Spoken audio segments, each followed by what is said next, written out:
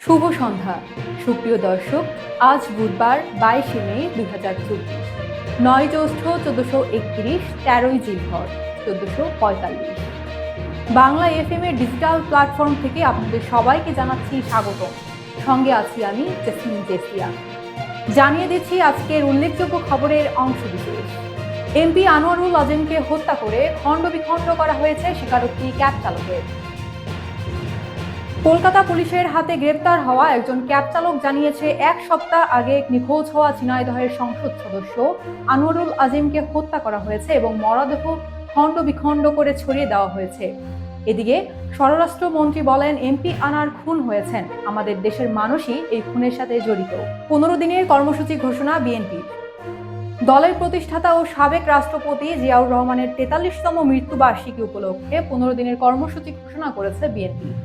আগামী 28শে মে থেকে 11 জুন পর্যন্ত চলবে এই কর্মসূচি। টর্নেডোর তাণ্ডবে বিপর্যস্ত যুক্তরাষ্ট্রের আইওয়ার ছোট শহর গ্রিনফিল্ডে টর্নেডো তার ধ্বংসলীলা চালিয়েছে। হাসপাতাল সহ প্রচুর বাড়ি ক্ষতিগ্রস্ত হয়েছে। আহতদের চিকিৎসার জন্য অন্য জায়গায় নিয়ে যাওয়া হয়েছে। আইওয়া পুলিশের তরফ থেকে জানানো হয়েছে, টর্নেডোর ফলে একাধিক মৃত্যু হয়েছে, আহত অন্তত 12 জন। যে কোনো সময় দক্ষিণ পশ্চিম বঙ্গোপসাগর ও তট সংলগ্ন এলাকায় সৃষ্টি হতে পারে ঘূর্ণিঝড়ের প্রাথমিক পদক্ষেপ লঘুচাপ। এটি শেষ পর্যন্ত ঘূর্ণিঝড়ে পরিণত হতে পারে। ঘূর্ণিঝড় সৃষ্টি হলে এর নাম হবে রেমাল ওমান আবহাওয়া দপ্তরের দেওয়া নাম। এদিকে বাংলাদেশ আবহাওয়া অধিদপ্তর আজ বুধবারের পূর্বাভাসে জানিয়েছে, আজ দেশের 13 জেলায় থাকবে মৃদু তাপপ্রবাহ। আইসিসিতে পরোয়ানা জারি হলেই নেতানিয়াহুকে গ্রেপ্তারের ঘোষণা নরওয়ে।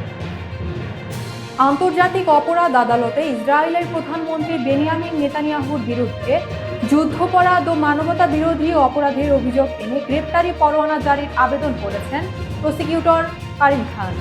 এ পরিস্থিতিতে পরোয়ানা জারি হলেই নেতানিয়াহুকে গ্রেপ্তারের ঘোষণা দিয়েছে নরওয়ে সরকার। এ খবর দিয়েছে তুর্কি বার্তা সংস্থা আনাদোলু। জেনারেল আজিজের উপর ভিসা নীতি প্রয়োগ হয়নি, ওবায়দুল কাদের। বাংলাদেশের সংসদ নির্বাচনের আগে যে ভিসা নীতি ঘোষণা করেছিল যুক্তরাষ্ট্র, সেটির অধীনে সাবেক সেনাপ্রধান জেনারেল আজিজ আহমেদের উপর নিষেধাজ্ঞা দেওয়া হয়নি বলে মন্তব্য করেছেন আওয়ামী লীগ সাধারণ সম্পাদক ওবায়দুল কাদের। মঙ্গলবার বিকালে ধানমন্ডিতে আওয়ামী লীগ সভাপতির রাজনৈতিক কার্যালয়ে এক সংবাদ সম্মেলনে এই মন্তব্য করেন তিনি। রঙ্গিলা কিতাব শেষ করেন পরিমণি। সব আলোচনা সমালোচনাকে দূরে রেখে গত বছরের শেষের দিক থেকে নিয়মিত কাজে মনোযোগী হয়েছেন চিত্রনায়িকা পরিমণি। শুধু তাই নয়, চরিত্র নির্বাচনের ক্ষেত্রেও অনেক ভেবেচিন্তে সিদ্ধান্ত নিচ্ছেন। গতানুগতিক কিংবা এভারেজ কাজ আর করতে চান না তিনি। সে কারণেই বেশ কিছু কাজ ফিরিয়েও দিচ্ছেন এই নায়িকা। এরই মধ্যে সিনেমা সিরিজে ব্যস্ত সময় পার করছেন পরিমণি। তবে সম্প্রতি তিনি শেষ করেছেন ভারতের ওটিটি প্ল্যাটফর্ম হইচইয়ের সিরিজ রঙ্গিলা কিতাব। আর কাজটি করে বেজায় আত্মতৃপ্তিতে ভুগছেন তিনি। আমার বিরুদ্ধে নিষেধাজ্ঞা সরকারকে হেয় করার চেষ্টা। সামরিক বাহিনী বা বিজিবিতে ঠিকাদারি কাজ পেতে আমার কোনো ভাইকে সহায়তা করিনি। সেনাপ্রধান ও বিজিবির ডিজি হিসেবে মোট 7 বছর ছিলাম। দ্ব্যর্থহীন ভাষায় বলতে চাই, আমার বিরুদ্ধে যে অভিযোগ আনা হয়েছে তার কোনো ভিত্তি নেই। মার্কিন নিষেধাজ্ঞা আরোপের পর গতকাল মঙ্গলবার সমকালকে দেওয়া একান্ত সাক্ষাৎকারে এসব কথা বলেন সেনাবাহিনীর সাবেক প্রধান জেনারেল আজিজ আহমেদ। ফিলিস্তিনকে আজ স্বাধীন রাষ্ট্রের স্বীকৃতি দেবে আয়ারল্যান্ড। ফিলিস্তিনকে আজ বুধবার আনুষ্ঠানিকভাবে রাষ্ট্র হিসেবে স্বীকৃতি দিতে পারে আয়ারল্যান্ড সরকার। বিষয়টির সঙ্গে সংশ্লিষ্ট একটি সূত্রের বরাত দিয়ে এ তথ্য জানিয়েছে এনডিটিভি। আজ শুভ বুদ্ধ পূর্ণিমা। বৌদ্ধ সম্প্রদায়ের প্রধান ধর্মীয় উৎসব বুদ্ধ পূর্ণিমা আজ।